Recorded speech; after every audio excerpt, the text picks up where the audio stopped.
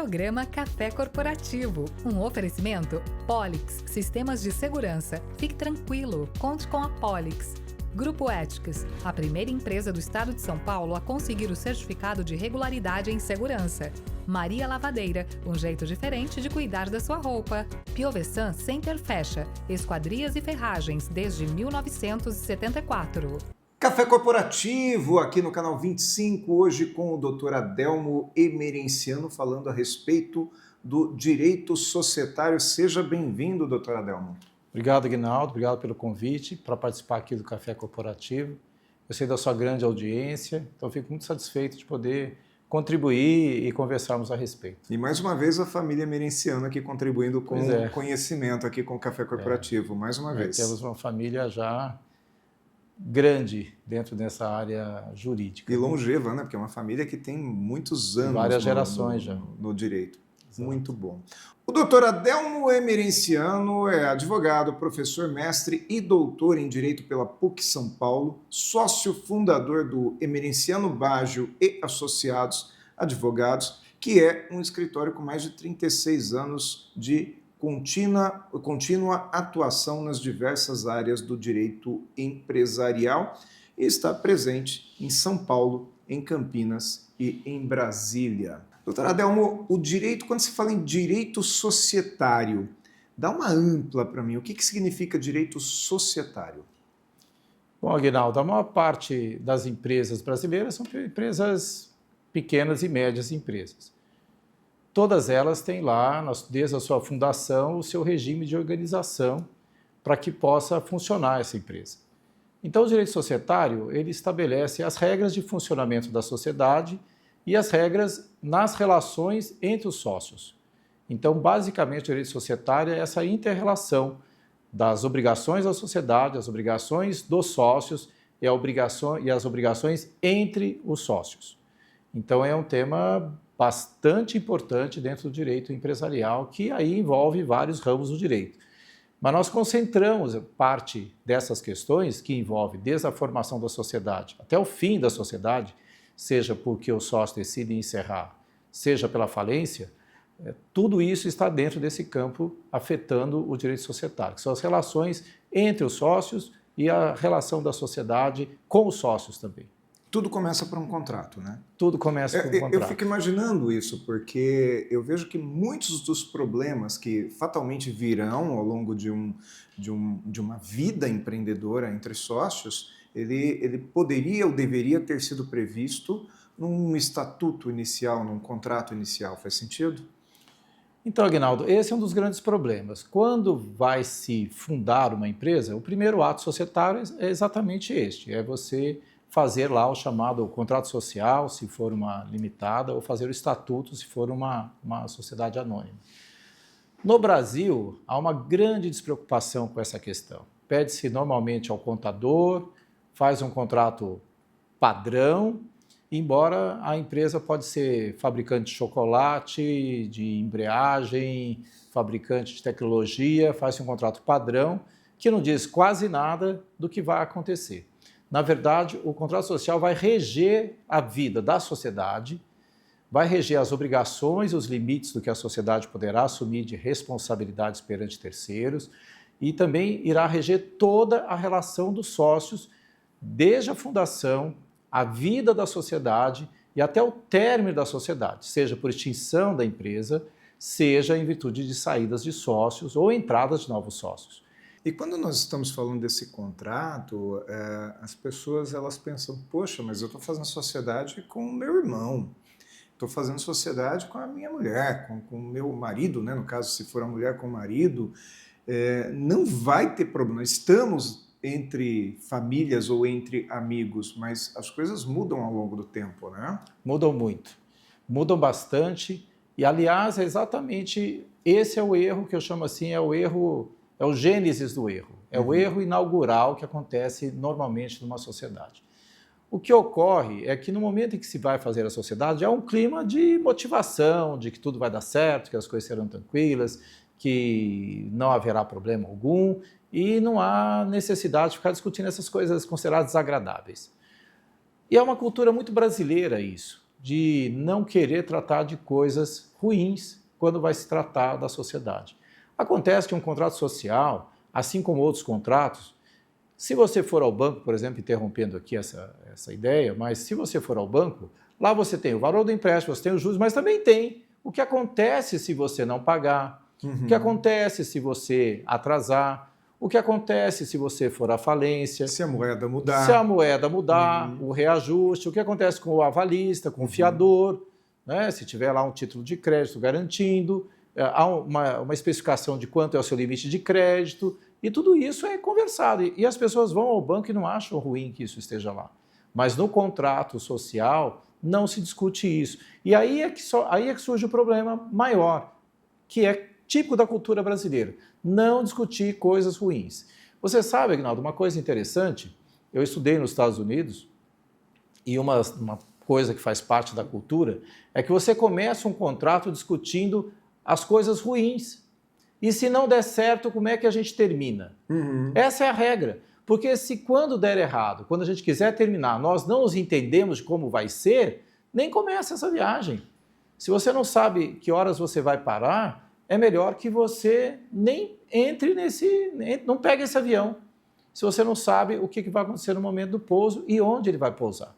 Esta é uma dificuldade muito grande. Então, na abertura da empresa, é o momento ideal para discutir essas coisas, porque no meio depois da emoção, no meio da confusão, no meio das dificuldades, você não vai ter serenidade e haverá ganhos e perdas em cada decisão.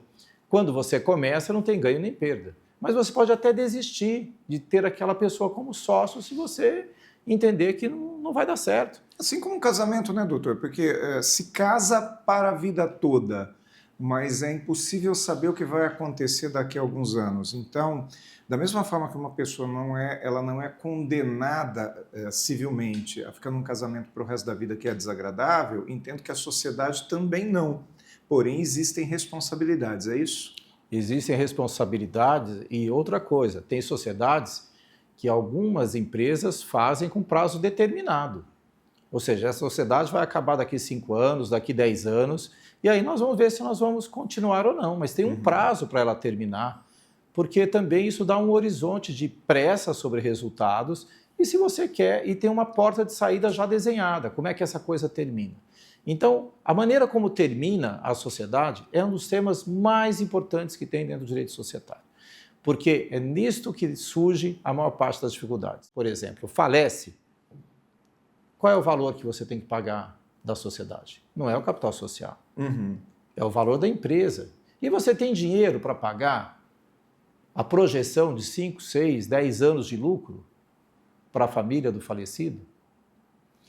E os filhos do falecido vão trabalhar com você? Eles podem entrar? Às vezes você quer trabalhar com a esposa dele, com o filho dele e vice-versa. Quer a sócia trabalhar com o marido da amiga que era sócia dele? Quer trabalhar com o filho dele? Como é que fica essa questão da entrada dos novos sócios? Eventualmente eu não quero, né? Normalmente não são pessoas que viveram a mesma trajetória, não têm a mesma relação de confiança, às vezes não têm a mesma experiência e não têm o que contribuir também. Então, este é um problema. Outro problema é o valor para pagar. Apura-se a sociedade, qual é o valor para pagar? Normalmente se coloca lá um valor no capital social, normalmente simbólico, 100 mil reais, 200 mil reais, 300 mil reais, mas a empresa depois de 10 anos vale muito mais do que isso. E você, que é o sócio que ficou, tem dinheiro para pagar os próximos 5 anos de lucro dessa sociedade? E o passivo, né? E se tiver dívida, como é que vai ficar? Vai ficar só para o sócio que ficou e a família não participa desse saldo negativo? O que é que vai acontecer, por exemplo, se um sócio fica doente e não pode mais contribuir com a sociedade? Doutor, essa questão dos filhos e da família é um tema que eu quero tocar. A gente vai só fazer um intervalo antes, porque no segundo bloco eu quero falar sobre família. Enquanto isso, a gente vai ver a dica de segurança do Grupo Ethics. Hoje quem vem? Vem o Valdemar Pellegrino, vem a Vitória. Quem traz essa dica para a gente?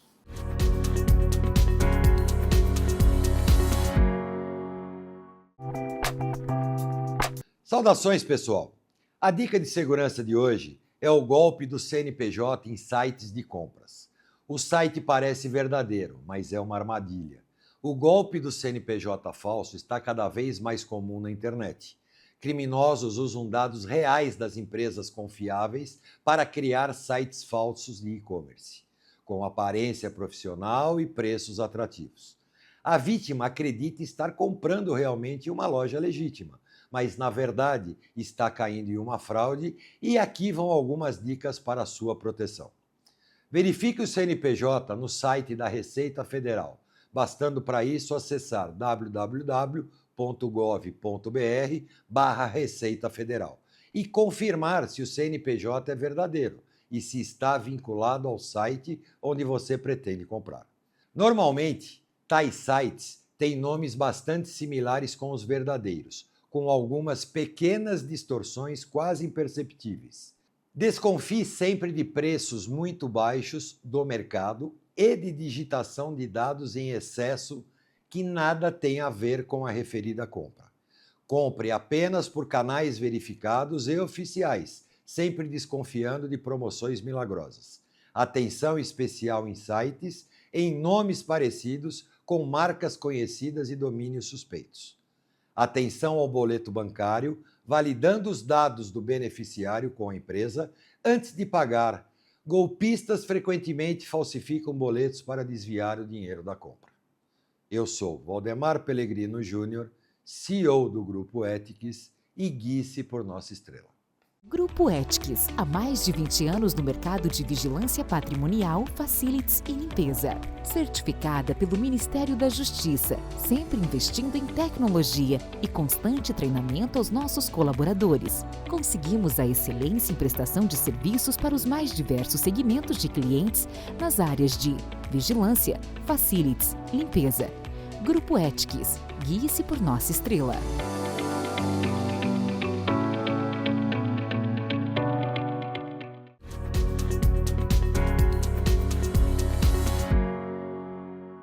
Segundo bloco do Café Corporativo, hoje falando com o Dr. Adelmo Emerenciano, e no primeiro bloco a gente começou a falar sobre essa questão familiar, principalmente em empresas familiares. É muito comum que o sócio queira trazer seu filho, um sobrinho, às vezes o marido, a esposa, enfim, existe uma maneira da gente colocar uma regra para isso também, doutor? Excluindo previamente alguém, não. Mas você pode estabelecer, por exemplo, que não devem entrar familiares, que se a sociedade, por exemplo, no caso de falecimento, não vai entrar herdeiros, porque você ficou sócio do seu amigo, do seu parente ou de um investidor. Você conhece os filhos dele, eles são capacitados igualmente, faz sentido que essa pessoa entre só por laço sanguíneo? Então, esta questão é uma questão importantíssima que precisa ser estabelecida previamente para que não haja mágoas. E se gaste bastante tempo discutindo isso, se poderá ou não ter entrada, e se tiver, quais são os critérios. Normalmente, os filhos não têm o mesmo perfil do pai, é claro que existem exceções, ou da mãe. Às vezes eles têm até mais competência, mais estudo, mas às vezes não tem aquela experiência real, do mundo real, que levou esses dois sócios, duas sócias, a unirem seus esforços. E até, às vezes, esse garoto, essa garota, começando muito cedo na empresa, pode ser bom, mas isso não quer dizer que não vai haver problema lá na frente também com um eventual falecimento, né?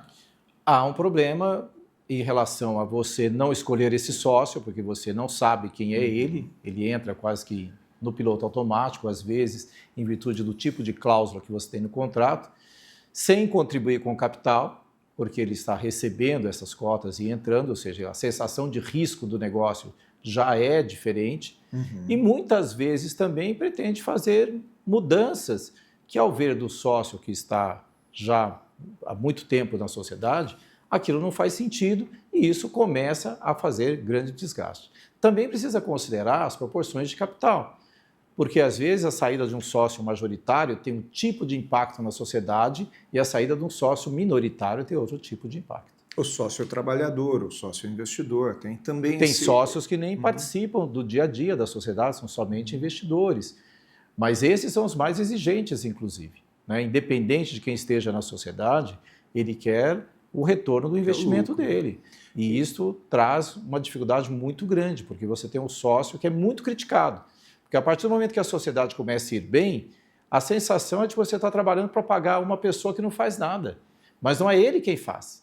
É o capital dele que está fazendo. Que está fazendo, exatamente. Né? E o contrário também é verdadeiro. Muitas vezes o sócio, o trabalhador, ele pensa que o investidor não trabalha, mas o sócio, o investidor, também pensa, poxa, esse meu sócio não investiu no negócio, né? Mas ele está investindo em forma de trabalho, né? Então tem que ser ponderado isso para que cada coisa tenha o seu valor no final das contas. Tem que ponderar e ter regras no contrato a respeito disso. Né? Você vai pagar juros sobre o capital, você vai distribuir lucro todo ano, que proporção do lucro, você vai reinvestir, qual é o critério para reinvestir, qual é o quórum para tomar essa decisão, você vai comprar ativos, qual é o grau de endividamento que uma sociedade pode ter. Para o sócio investidor isso é muito importante, porque se você tem um sócio muito otimista que tudo vai dar certo, ele pode tomar dívidas que vão ficar para os dois sócios. Então, essas regras têm que estar estabelecidas também previamente no contrato. No meio da confusão, dificilmente será possível discutir esse tipo de regra. Qual é a responsabilidade dos sócios? Por exemplo, o sócio casado, o cônjuge, assume responsabilidade solidária? Olha, teve uma modificação de entendimento muito recente, é importante você tocar nesse assunto. A princípio, nas sociedades anônimas ou na sociedade limitada, a responsabilidade é o valor do capital social. Então, se alguém vai fazer negócio com uma microempresa que tem um capital de 30 mil reais, ele sabe que o máximo que ele vai conseguir é o valor do capital, os ativos que estão ali a partir daqueles 30 mil reais. Se ele tem R$1 milhão, R$1 milhão. É isso que significa o capital social e quem vende para essa pessoa sabe que está limitado àquele valor que está estabelecido no contrato. Por isso é muito importante que o capital não seja simbólico, porque é isso que você, no momento de dissolução da sociedade, praticamente é o que você tem como garantia para você receber. Agora, o problema surge quando, por um ato de má gestão, por exemplo, mistura de patrimônio, a pessoa coloca despesas da empresa, da pessoa física dentro da empresa, deixa de pagar impostos, desvia vendas sem nota ou, eventualmente, fornece para uma terceira parte, que é uma empresa que também é da família, às vezes retira lucros que não pode, ou transfere bens da sociedade para as pessoas físicas, ou começa a se endividar e aí resolve tirar algumas coisas da empresa, e aí acontece uma coisa muito grave. Quando ocorre essa chamada confusão patrimonial, que é misturar o patrimônio do sócio com a pessoa física, a responsabilidade da empresa vai para a física. E aí, o que é que vai de patrimônio? Quem misturou isso antes foi o sócio, né? Quem Ele mistura no dia a dia dos negócios. Nós temos um cliente, por exemplo, que pagaram algumas faturas lá, pediu para a secretária pagar umas faturas, posteriormente ele vendeu a empresa foi à falência, posteriormente na mão do novo dono, e por causa dessas faturas que era para pagar coisas da casa, coisas de reforma da casa, entendeu que ele misturou o patrimônio. Ele tem hoje 100 milhões de reais bloqueados na justiça, 100% do patrimônio da família, inclusive os imóveis pessoais, todos bloqueados por causa de umas faturas que não chegam a 200 mil reais. Do cônjuge também? Bom, a situação do cônjuge ficou um pouco mais complicada. Vamos relembrar uma coisa aqui. Se você está casado em regime de comunhão parcial de bens, que é o mais comum aqui no Brasil, tem-se a ideia de que a responsabilidade vai ficar só na metade do sócio que é sócio ali diretamente na sociedade, que a esposa não tem nada a ver com isso. O que mudou recentemente? Mudou, principalmente nesse ano, isso ficou mais evidente, que a responsabilidade é dos dois, porque a divisão não está acontecendo, o patrimônio é comum. Então, se o seu marido tem uma empresa e as coisas não irem bem, vai o patrimônio familiar inteiro, não vai só metade do patrimônio como vinha acontecendo até hoje. Vai o patrimônio inteirinho. Se você é casado, sua mulher tem lá uma empresa e eventualmente dá alguma coisa errada, vai o patrimônio inteiro. Vai o seu, vai o dela, vai de todo mundo. Vocês podem ficar literalmente zerados de patrimônio. Então não existe, olha, é metade só. Isso acabou. A interpretação atual no Superior Tribunal de Justiça é que todo o patrimônio da pessoa casada responde. Então, se você é casada e você tem um marido que tem um negócio que não está indo bem, é importante que você fique atento. É importante que você comece a consultar especialistas de como o seu patrimônio poderá ser afetado integralmente. Muito bom, doutor. Vamos fazer mais um intervalinho? Claro. E a gente volta já já com mais cafeína.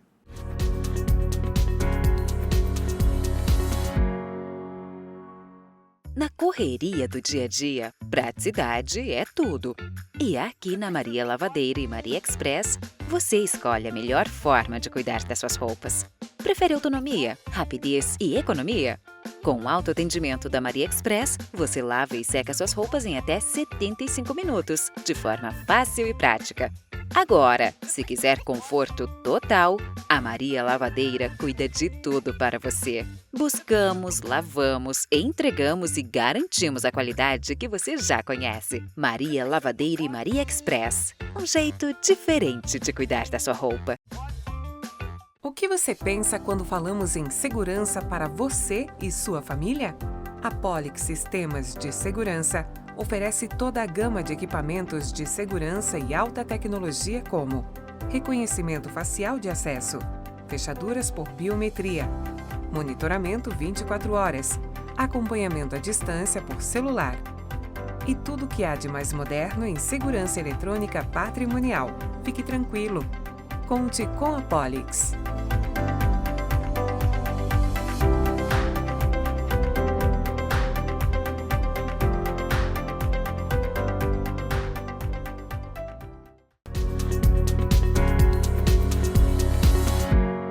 Mais cafeína no nosso café corporativo de hoje com o Dr. Adelmo Emerenciano, falando a respeito de direito societário.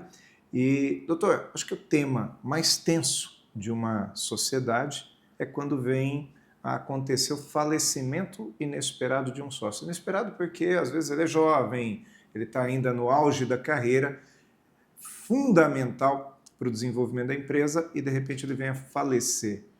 Como que se age nesse momento? Bom, é nesse momento que vai desengavetar o contrato para saber o que foi combinado. E normalmente o que foi combinado? Nada. E aí há um grande problema. Qual é o grande problema? Qual é o valor da sociedade que tem que ser pago para a família desse que faleceu? Este é um problema gravíssimo, porque a maior parte das famílias não sabem que o valor não vai ser dividir o valor do contrato. É 100 mil reais, ele tinha 50%, é 50 mil. Não, você vai avaliar os lucros futuros dessa sociedade e vai ter que pagar conforme o contrato. Às vezes pagar à vista, às vezes pagar em 60 dias, pagar em 90 dias. Mas se você tem uma empresa com um valor representativo, você vai ter dinheiro imediato. O sócio sobrevivente, ele terá dinheiro para pagar os próximos 5 anos de lucro do sócio que faleceu? Existe Normalmente uma regra não tem. prevista, né? Este é o outro problema. Eu vi pouquíssimas vezes, em tantos anos de profissão, estabelecer a regra de avaliação dos haveres. Só se diz que vai ser levantado um balanço especial e será pago em 60 dias. Muito bem, a empresa estava indo bem, tinha um capital lá de R$1 milhão, então a empresa estava indo bem, faturando lá 30 milhões, 20 milhões, 50 milhões, deixando um lucro de 3 milhões por ano. Muito bem, você tem 15 milhões para pagar em 90 dias? Para tirar e pagar para o sócio? Sim. Normalmente não tem. Então, este problema hoje é gravíssimo. Primeiro, o problema de como será o método de avaliação e, segundo, que o sócio que fica, às vezes, tem que pagar mais do que a empresa eventualmente vai performar no futuro. E se ela der errado, é na data do falecimento. Se falecer numa data de cenário positivo, pode ser que você tenha uma conta grande para pagar no cenário muito ruim da economia ou do desenvolvimento da sociedade. Muito bom. Doutor Adelmo, muito obrigado por ter vindo ao Café Corporativo. Mais uma vez, uma aula de um profissional muito bem qualificado para falar. Aliás, o Café Corporativo tem essa missão. Muito obrigado, doutor. Obrigado. Parabéns ao Café Corporativo. O Café Corporativo fica por aqui, mas você continua nos acompanhando também, tanto pelas reprises diárias aqui no canal 25, mas também pelo nosso acervo no YouTube, que é youtube.com.br/Café Corporativo. E busque sim esse acervo, porque tem muito assunto bom por lá. Afinal, o Café Corporativo é essa universidade em sua tela. Polix, sistemas de segurança. Fique tranquilo, conte com a Polix. Grupo Éticas, a primeira empresa do estado de São Paulo a conseguir o certificado de regularidade em segurança. Maria Lavadeira, um jeito diferente de cuidar da sua roupa. Piovesan Center Fecha, esquadrias e ferragens desde 1974.